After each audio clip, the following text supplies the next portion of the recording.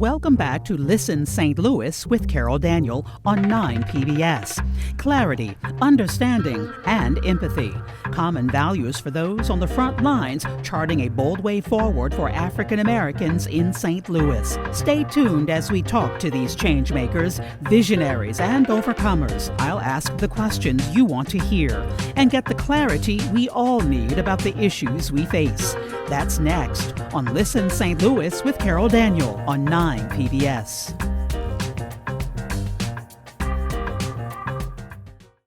The Marshall Project has arrived in St. Louis, but who are they and what is their mission?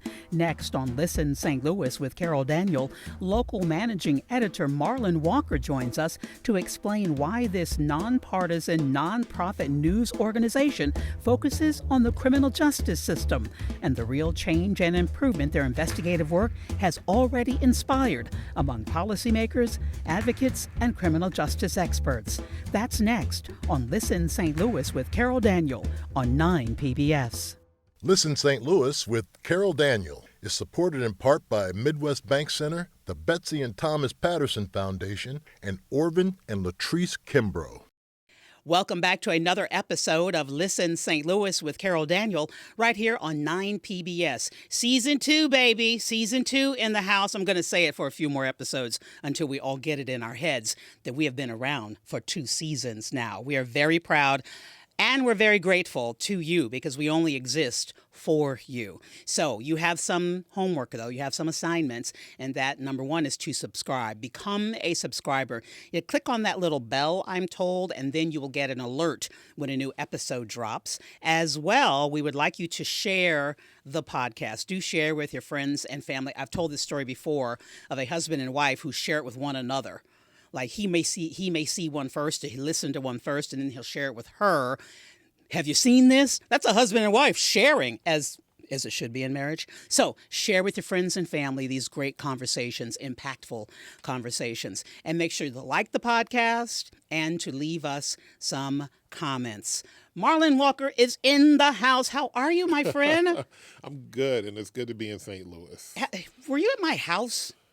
Did you come to my house? I've been to your house. I just remembered that. I surprised the group, the Greater St. Louis Association of Black Journalists, 2019. Yes. So you were running because you've served on the national board before. Are you still in a national position? I am not in a national position. Well, you are. You forever will be. You know, the new thing is just really the job and taking the career took off. All your time. Going into leadership was a lot. Yes. And so that's why he came to my house, because he was running, and I was president of the local NABJ chapter at that time, and he came to my house as a part of his campaign to get people to vote for him. I can't believe just as I sat here, I'm like, wait a minute, you've been in my house. Absolutely. Well, it's great to have you in the studio.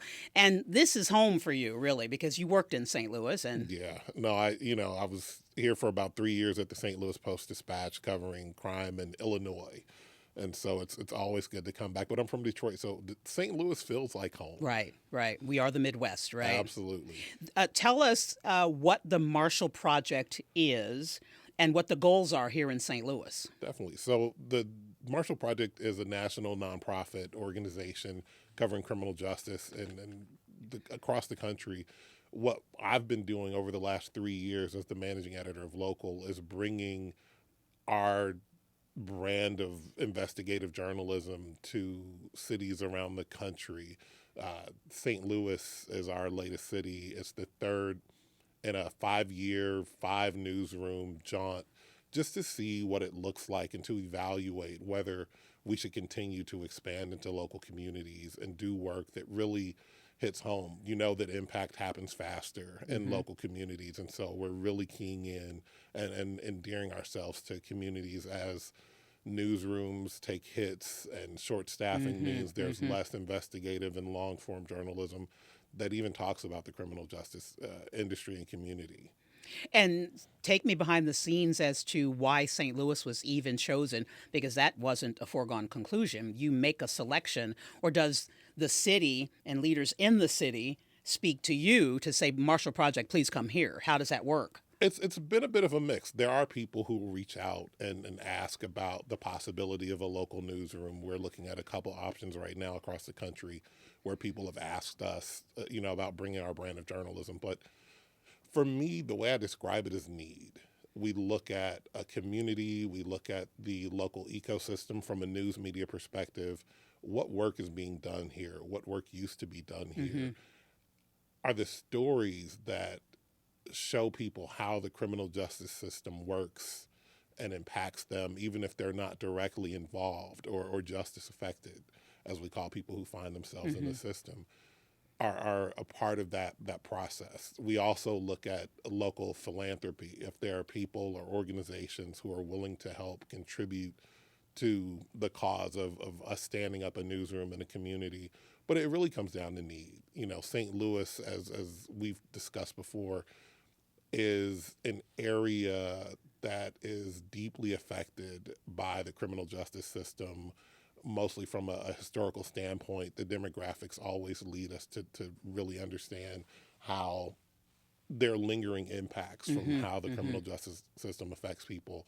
St. Louis being a majority minority region, it's all over. And so you've got news organizations that haven't really had the opportunity to cover criminal justice in the way they have before, just because of shifting priorities and the way that, parent companies of some organizations or just the manpower that exists has affected the opportunity to do so. And when we talk about St. Louis as a region that is, I hesitate to use the word rich, but rich in stories and rich in need, and you've been here before, I would imagine your mind is swimming with all the stories, spinning with all the stories that Racing. Yeah. Racing. Yeah. I mean, St. Louis was the part of my career where I turned 30 in St. Louis, and I started to think more about why I wanted to be a journalist. And I got into journalism because I wanted to be first, and I wanted to know things and help disseminate information. But as I started to turn 30, it was more about how can I leave a legacy as my career extends itself and to affect the lives of people who look like me. Historically, communities of color are not covered extensively or even accurately by media organizations, and I work for mainstream media. Right. And so it really shifted my focus and priority. So while I was here, I wrote a lot about some of the areas in St. Louis and St. Louis County that were affected by, deficiencies in services and providing different things of that sort. I have this quote because I've watched several videos about the Marshall Project, and a colleague of yours in a video said that if you think of criminal justice as a one topic, you're mistaken. She said in so many words. Absolutely, it touches every aspect of life. We talk about mental health, we talk about general health care, we talk about the state of being, the job market, everything you think of, Family. education. Right. All of it. Every social determinants of health, that whole list, everything is attached to the criminal justice system. It's very deep and deepening. And I was curious too, when you said nonprofit, we still are in an era of journalism where it is changing, in some cases slowly, in other cases rapidly. And the introduction of a nonprofit model is new to many people. Explain why that works and why it's needed. There are, of course, the limitations, but nonprofit journalism has afforded me in the last 3 years just an opportunity to do work in a more nuanced way and to approach the work that we do in a way where we're not really beholden to the analytics that have affected Clicks. how people cover news. Yeah. A lot of stories are dictated by, is this what our readers want? And so for us, the focus can really be on reaching people who are not typically reached. So the focus on marginalized parts of the community and people who will need, the explainers on how judges are elected and appointed and how a prison is run and who's in charge at the prison. All those things are things that we can really think of from the perspective of who are we writing this for? Who are we delivering this to? Because it's not just all about writing. Right. And finding ways to meet people where they are in terms of writing comic strips we've used. We've done alternative storytelling in the way of video, but also, audio, and just finding people and giving them what they need in ways that they can digest it. And I did see a comic strip on one of the videos that I was watching, a first person explainer about the Marshall Project, and I'm so blown away by the notion that some people still don't look at journalism and think of it, because the phrase activist journalist comes up, activism comes up, and people bristle. They have this thought process that just tell me the facts. You shouldn't have an agenda, but there is an agenda. But, it's not the agenda that I think people are shying away from. It's really about the agenda that makes them nervous or mad. Right. Right. Our mission is to come into a community locally and tell the stories and find the harm in the criminal justice system. And so we really work on trying to find ways to tell stories and talking to people and figuring out what the important stories are. And who are you targeting? Some of the information I read, it felt like you were targeting actual people in the criminal justice system, but and the rest of us, the whole community. Who is the target? So it varies. We have what I call the Inside products. We have News Inside and Life Inside. Okay. It's a magazine that is written for and distributed into prisons and jails across the country. I think we're at about 1,400 at this point. Oh, wow. And we have the, I think Inside Story may have been one of the videos you watched. And it's a news show like Inside Edition, I always think about those shows because those were the ones I watched as a kid. But, it's a news magazine style where you bring stories from not just what's happening in prison, but also what's happening after prison and how people are continuing to be affected after, a conviction or just, like I said, Right. inside story. So it's really telling you how these things persist in people's lives inside and outside of the walls. That has to be difficult. Prison officials are not known for their transparency. And we're talking about going inside and giving people pen and paper and microphone. Access and information, right. Which has always been a threat to people in power. But I think it works well for us because those products are helmed by formerly incarcerated, in my eyes now, journalists, business people who are finding ways to help people who have been through or are going through what they've been through. And was that always the goal, to eventually attract people who were formerly incarcerated and to becoming journalists? And not at all. I think it just evolved. It happened by chance. At a point, we started getting submissions, first-person accounts from people who are currently incarcerated, and they would talk about the different things that they experienced. In, I think, 2018 or 2019, Lawrence Bartley, who is our publisher of the Inside Products, was released after 27 years. Oh, my gosh. And he suggested products that would be useful to people who were incarcerated and took it and ran with it. And it was probably one of the best things we did. And I think we've pivoted really well several times in the last 5 years. When you think about the Inside products, when you think about the move to local, it's really about what the needs have dictated. But again, as well as I do, it really takes a unique perspective to see outside of that straight line that mainstream media has followed for a long time. And what have we learned from the Inside? A lot. It is. It's like, where do you start? I know for one, we have on our website the Language Project, where we talk about words and how you describe people, how you refer to people, things that should be on the no list.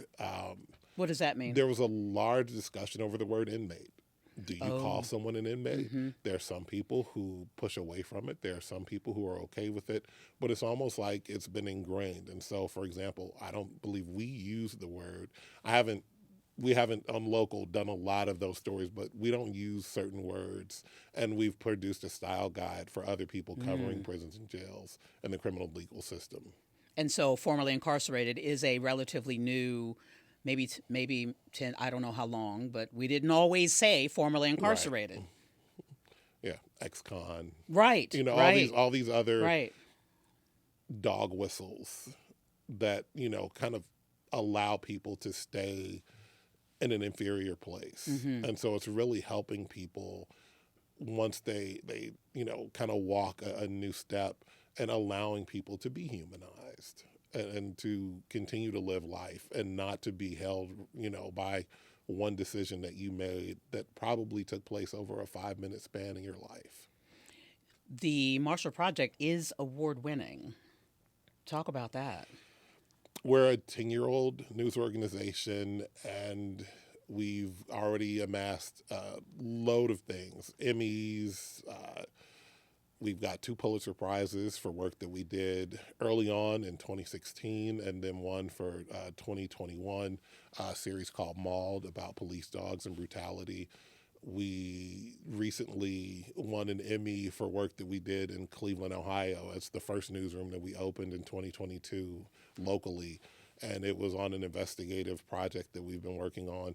We've got a bunch of investigative awards, Edward R. Murrows, Peabody's, the list goes on. But it's you know, it's not really about the awards. Not about it's the really awards. about the impact. Right. You know, we in the last year alone in Ohio, for example, we wrote a story about license suspensions and how it affected people in different ways.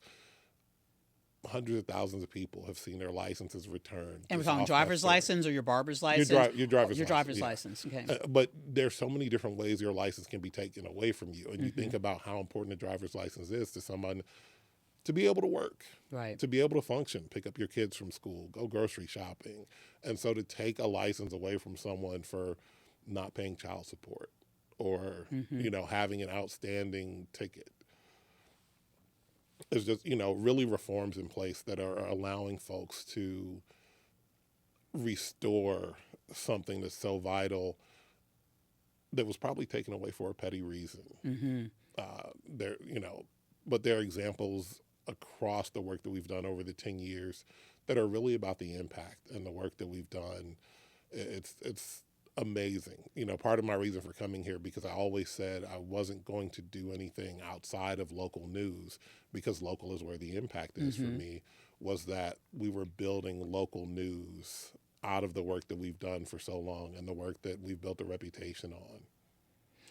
When you say local news, and for me as a journalist who has watched the industry stall, falter, enter uncharted waters, be gutted. We've seen that with your former employer, actually. The St. Louis American is printed locally, but the last bit of news from the Post is that the printing is going to happen somewhere else. And I know people would hear that and, okay, what's the big deal? You think about local news as being a part of the community. You know, I grew up in Detroit, 2 newspaper town, multiple TV stations. You grow up, this is a part of your life. It's part of the fabric of what makes you who you are. And so when you see organizations sort of backing out of communities where they've been, you know, such a mainstay, it's taking away a part of that community. I still remember, you know, I worked for the Atlanta Journal-Constitution as an intern, and in the early 2010s, the Atlanta Journal-Constitution announced it was leaving Atlanta and basing itself in the suburbs. There was a big to-do, but last week they cut ribbon on, you know, an Atlanta newsroom again.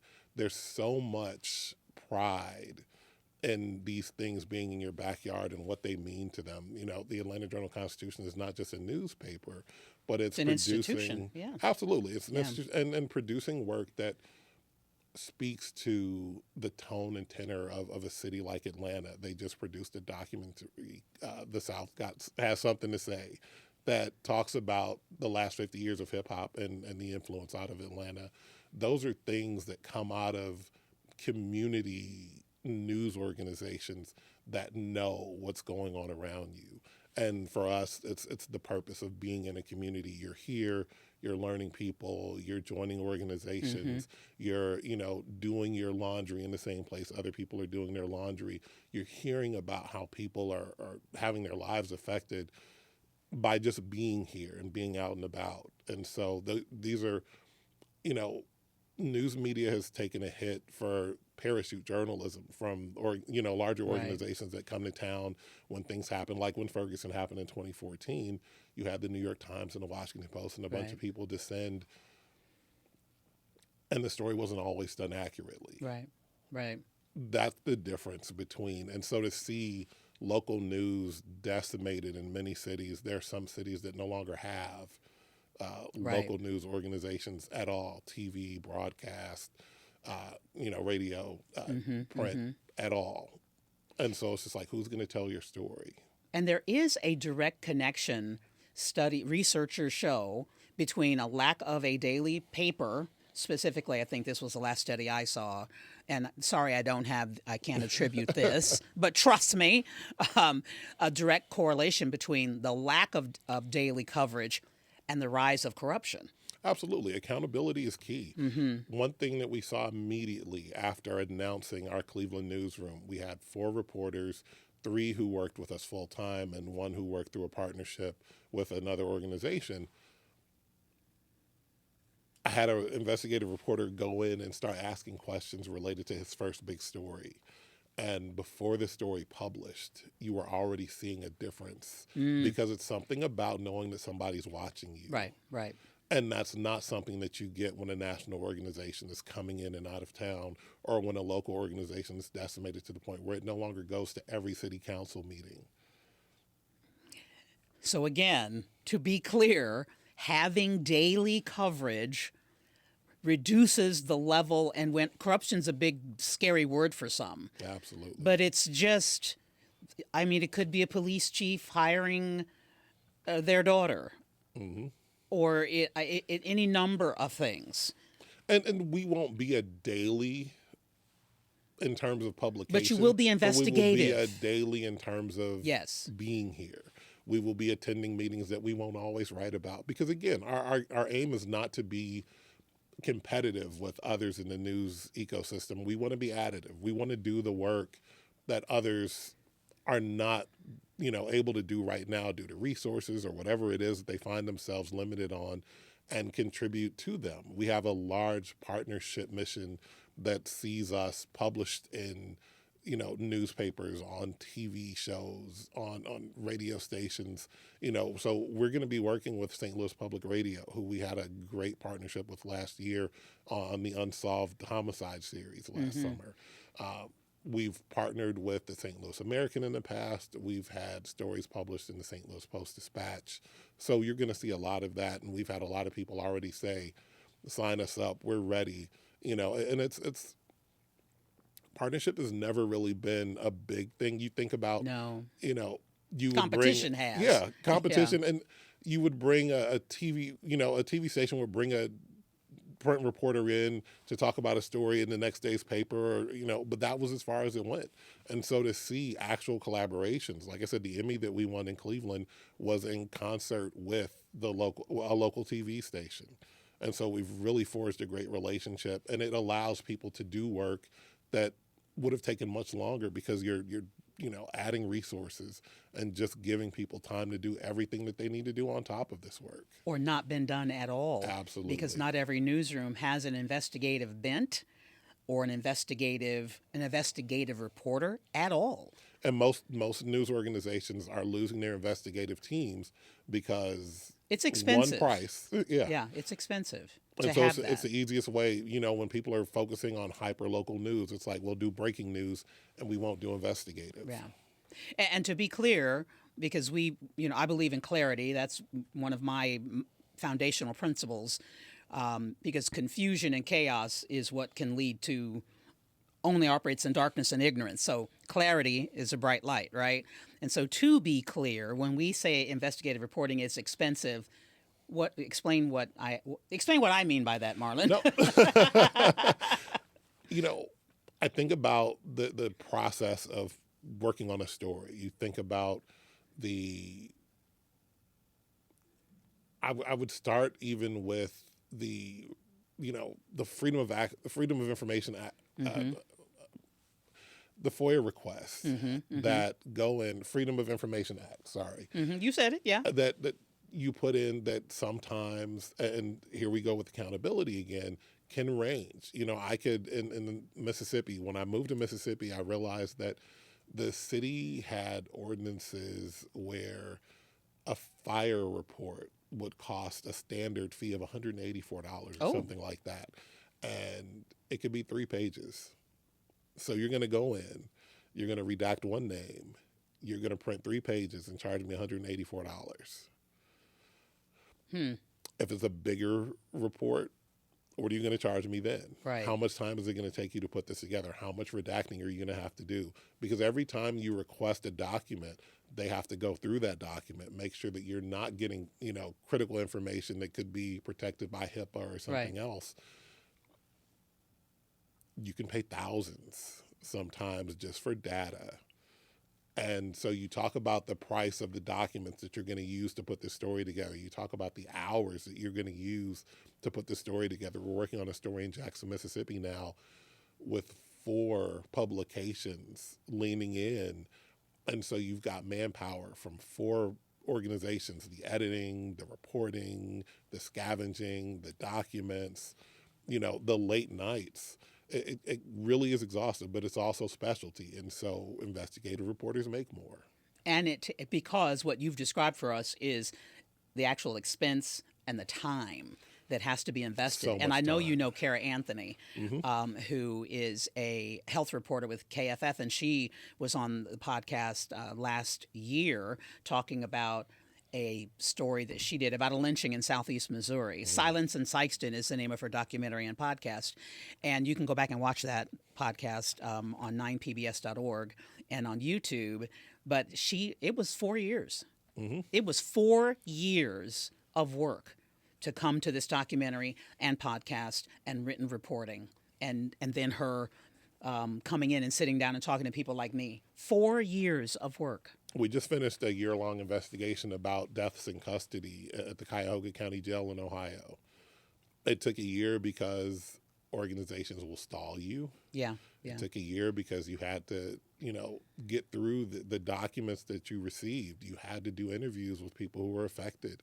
We talked to families of men who died in custody, and where they hadn't really gotten answers as to what happened, or it didn't play out where you could really tell, who was to blame. But those things take time. Right. And that's why, like I said, so we'll expect a couple dozen stories over the course of a year. That's also been a negotiation where people expect, because you're news, you're going to write something every day. It's impossible to write something every day when you're doing this focused and specialized work. When you're diving in. Absolutely. Diving deeper. I remember this is just an aside, but it was a promotional commercial, if you will, that ran for a previous employer. And they kept using the word, she dives deeper. And I'm like, I don't know how you dive deep and you're doing news every 30 minutes. That's not a deep dive. No. You are skimming the surface, but you just can't say that in a commercial. Watch our news. We skim the surface. It's usually what is happening. Yeah. If you're out there and you've got to do a story every single day. How do you get it done? How do you get it done? That is the opposite of investigative reporting, and that is the opposite of diving deep. And there is breaking news. Absolutely. There is absolutely daily news. I mean, I am driving here this morning, and I got caught in a construction And traffic and weather is, of course, those are big stories for the average person. Yeah. They affect us all. They affect us daily, and you want to know. They've been big in St. Louis lately. Absolutely, might it's an issue. Snow removal is an issue, and so I wanted to know. Wait a minute, why? How long is this going to be here? That's skimming the surface, really. That's a daily story, but it is not investigative. Who's on that crew and why they are hired and who got paid and how much that contract cost and was it actually let in a proper way? That is a deep dive. Yeah, were they hired the right way? Exactly. Do they have the credentials needed? Yes. That's a deep dive. Okay, but I digress. And we're back. Let's talk. We have to talk, Marlon, about the timing and the headlines today. And the headlines I'm talking about really go back to beyond fake news as a catchphrase and as a political weapon, really, beyond that historically, to daily conservative shows, I would say, that national shows, syndicated shows that targeted mainstream media. And that, in addition to the recession and the loss of revenue, those two things, it seems, have truly changed journalism. We hope not forever, but you come in at a time, and it's not just today. My point. I mean, you were Marshall Project's 10 years old. You said, so this devolution, if you will, has been happening for a long time. You come in with mindful of what you're up against. Oh, absolutely. And that's part of why the approach to how we build the local network has been methodical. And really, again, we're looking at local philanthropy and many thanks to the Missouri Foundation for Health, who is our anchor funder here, and really helping us to tell these stories. But it's really about doing this in a way that builds on the local audience and takes a look at the funding structure, how you do it, what the newsroom looks like. The newsroom, I wish we could have a bigger newsroom in St. Louis because I know how much work there is to do here. But yeah, and as a nonprofit organization, it's a little bit more unique, the approach that we take and how we fundraise. And we're not doing advertisements. We're not doing membership drives. We're really looking at organizations that are willing to lean in and say this work is vital and we want to help support it. And are you physically in someone else's newsroom, or have you found your own space? Logistically, how is that for working? now? And if this week hadn't been as busy as it's been, I would have done a couple more site visits with folks who have offered graciously to house our team because it's such a small team. People have said, well, we lost XYZ and we've got empty desks. So you can absolutely find yourselves here. So, and what is the size of the team? Is it four? Four. So we've got 2 investigative reporters, an engagement reporter, and a partnerships associate. So the partnerships associate is the role that a lot of people don't understand. This is a person who will be working to have our work placed in various publications, making sure that people are aware of what's coming, the form that it's coming in. Like I said, for me, local is the opportunity to do more test runs on how we deliver content. If it's going to be through a 2,500 word story, if it's going to be through a 5-minute video, if it's going to be through a moving comic strip, if it's going to be, in some way, shape, or form, maybe it's audio implanted, just to allow people to see it and get through it a little bit faster. The attention span is much shorter than it used to be. And so nobody's sitting with the Sunday paper the way they used to. Sad. I grew up and we would cook breakfast as a family, my mom, my sister, my twin brother and I, and we would read the paper. We would talk about what was going on. Of course, earlier we would do the comic strips, and then you lean into the news and the sports and other things, and that's how you knew what was going on. And so because it's happening less, we're trying to find ways to give people that same news that used to be in that big paper in a quicker amount of time and, on things that they can do on their commute. I think that's why your platform works so well. This is something that somebody can listen to and not have to sit still, Right. while it's happening. You can be driving to work. You can be on your way somewhere. You can, you don't have to stop your life. I do encourage people, and this was told to me when I first started the podcast, that you listen to a chunk as you're driving, and then you listen to a chunk as you're cooking dinner, and then maybe you listen to a chunk the next morning, and that's how they do it, and that's how you can do it too. You don't have to listen to the whole 30, 45 minutes or hour, because I'm talkative, and so are my guests. We have a lot to say here at Listen St. Louis. So can people pitch stories, or do you already have the next 6 months laid out? Because some stuff, we have a Justice Center issue. We have incarceration rates that are. There's just so much already on the. We just had a presidential election, which how about that? Really affected what we're going to cover.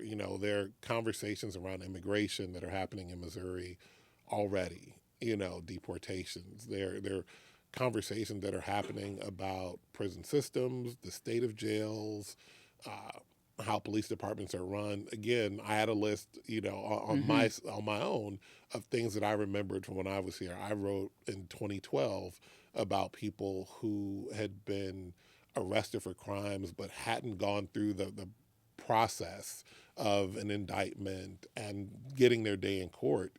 And it puts your life on hold. I remember talking to a man who had been charged with, accused of a homicide, and it had been 5 years. He had never gone to court for it. But it pops up every time you apply for a job. And so it's like his life was on hold. He was living at home with his mom.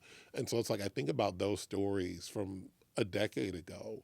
And it's really, one, checking to see what's happening with different things like that, but also knowing some of those things continue to plague the systems, the city versus county structure here, and the number of people in power and the number of systems that work and operate differently from the other.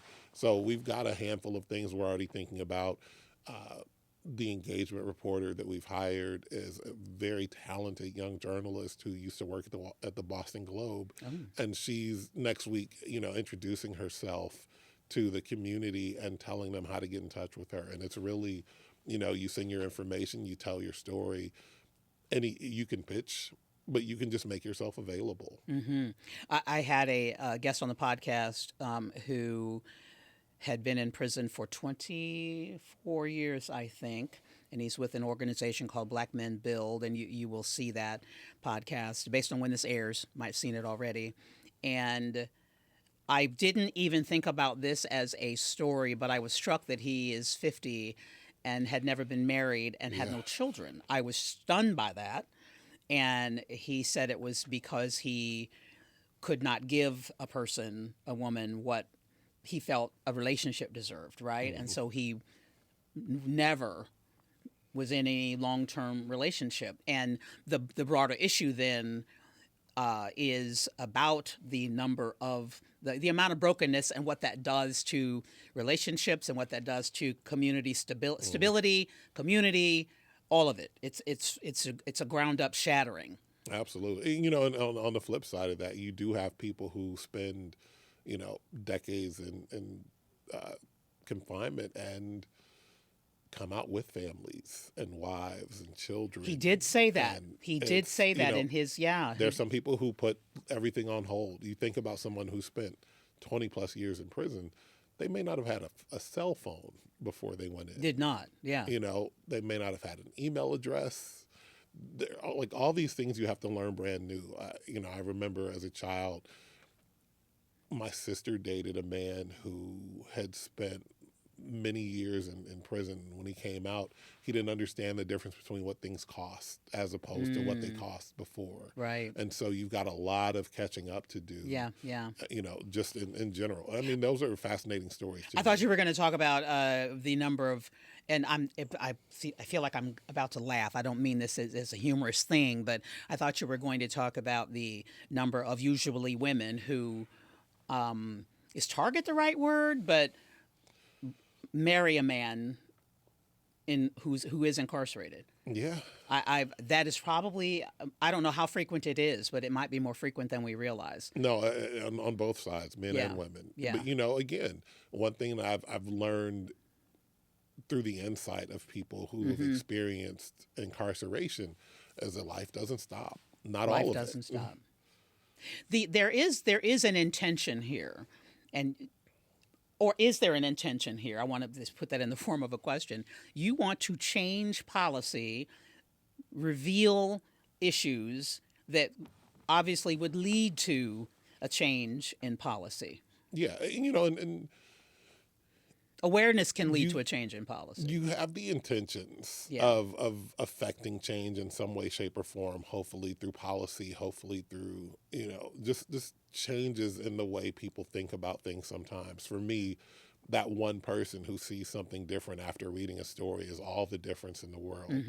But the pipe dream is that this story will change a law or add a law, and we try not to focus too much on that because again, it's out of our hands. But we've had it happen so much and so often that we do hope that the work that we're doing and that the intention behind the work that we're doing is to change how people see structures and systems, and to allow people more access to systems that exist and affect them on a daily basis that they just haven't really learned about. In Jackson, Mississippi, we're finding out that the readers really want to know about their systems and their elected officials and the people and how these things work. And it's just because it's there every day, but they just haven't been given that information in a way that it made sense. Is this a finite relationship here in St. Louis? Are you only here for 2 years, 3 years? The hope is that we're here. Right now, we're working off of the guise of, we're here for absolutely 3 years at the very least. Okay. But the goal is, and it's happened with the other newsrooms. I'm just, right now we're very not sensitive but careful about how we say, because it's not been a year yet, and so we haven't had the conversations with our funders and talked to more funders about the possibility beyond those 3 years. But right now, the intention is to build on those 3 years and to continue to do this work and to find that St. Louis is a boon for opportunity, and that the partners are willing to continue to work with us, and that we do work that affects change and can make its way to Columbia And Jefferson, and Jefferson City Yeah. and Kansas City and beyond St. Louis. Can you give us a sneak peek of, do you know what some of these first projects, can you talk about that? So we don't, but it's intentional. For me, every new newsroom, because we're coming into a new community, our goal in the first 90 days is to build a rapport. Okay. So we're on a listening tour. We're trying to figure out what the stories are. I don't want anybody to come in as a reporter in a newsroom that I'm helping to stand up and say, I know what people want to hear. Because can't possibly know. that's where you go wrong. Right, But right. there are people who feel like, as a Okay, I'm journalist, sure. I do I'm this sure. for a living. Right. My expertise should afford me the chance to give you everything you need. We're talking to people. We're having Zoom meetings. We're having in-person meetings. We're meeting with regular people. We're meeting with authority figures. We're meeting with people in power across the region. Tomorrow we're going to meet with Antonio French, former city alderman, and then turned activist when Ferguson happened. Right. Just to talk about the state of criminal justice and to talk about what's important to different people from different backgrounds and different walks of St. Louis and across the state, because that's how you figure out what you need to write about. And through those conversations, we'll start in February defining, what our targets are going to be, more about the audience that we see available to us, and where else we need to reach, and really keying in on those stories that are going to make sense. We have ideas, but those ideas are going to be shaped by the community conversations. As difficult a relationship as exists these days between the public, the reader, the listener, the viewer, and journalism, people still want to know. You still want to know whatever you want to know. Absolutely. You still want information. And in this town where people talk about public safety a great deal, which is code for crime, right? If you are worried about it, I would think you'd want to know, well, how does that all work anyway? There's something broken in it. Is there something broken in it? Is there something amiss in it? If you're worried about crime, if you're worried about public safety, the next thought is, what's going on with it? Why is it working this way? And St. Louis has a very unique structure in terms of news consumers. And explain that. There are people here who want news. There are people here who read news, who listen to news, who consume news in a way that I've only seen in a couple other places, and I've worked, in a lot of places, all up and down the eastern side of the United States. And I've been telling the team, I said, it's not about building an audience here. In Jackson, Mississippi, we had to build an audience. That's interesting. We, for example, we started a newsletter, and I think we had a couple dozen people in Mississippi who were subscribing to other newsletters that the Marshall Project put out. And so that's where we started. We've got about 1,000 people on that newsletter now. And so this is less than 2 years. But you had to build that audience. You had to give people. Have to do it here. Here, it's more about attracting that audience to you. And, and I think because it's there. Yeah, it's there. It's just really, you've got to give people a reason to read you. You've got to give people a reason to come to you. And so that's going to be, for me, it's the goal and the focus. So we're going to do some events over the course of the year, some engagement and town halls. And, like I said, that's part of the process of finding out what's on the minds of people. And so we want to take full advantage of where people are and, bring that to people in a way that it makes sense. And it teaches them absolutely what they already want to know. We're going to have links so people can learn more about the Marshall Project for sure, and they'll know then how they can stay in touch and where they can find the collaborative investigative reports that you will do in the coming years, here in St. Louis. Well, Marlon Walker, before we let you go, this season of the podcast, we are asking everyone, and you did not know this, so get ready. We're asking everyone a similar question based on the name of the podcast, which is, again, Listen St. Louis with Carol Daniel. And so the question is, who should we be listening to? It's easy to say everybody. Okay. But for me, it's really the people who aren't already listened to. We have city officials. There are people you see in the news all the time. There are people who always have a space and a voice and a place to use that voice. But there's so many people who live here who you never hear from. I like that answer. Those we don't hear from. All right. I'll get some of those people on this podcast. How about that? It's so good to see you. You too. Welcome back, we should say. And welcome to the Marshall Project, for sure. Absolutely. Marlon Walker with us on Listen St. Louis with Carol Daniel. And thank you for joining us for another episode of Listen St. Louis with Carol Daniel. You can find more information about the Marshall Project. We'll have that linked to this podcast. Do not forget to become a subscriber. Don't forget to share and like the podcast as well. And click that little bell button that can alert you when a new podcast drops. We thank you so much for your interest and for tuning in yet again. Leave those comments. We'll respond to each and every one of them. Thank you so much for joining us. We'll be back with another episode of Listen St. Louis with Carol Daniel on 9 PBS.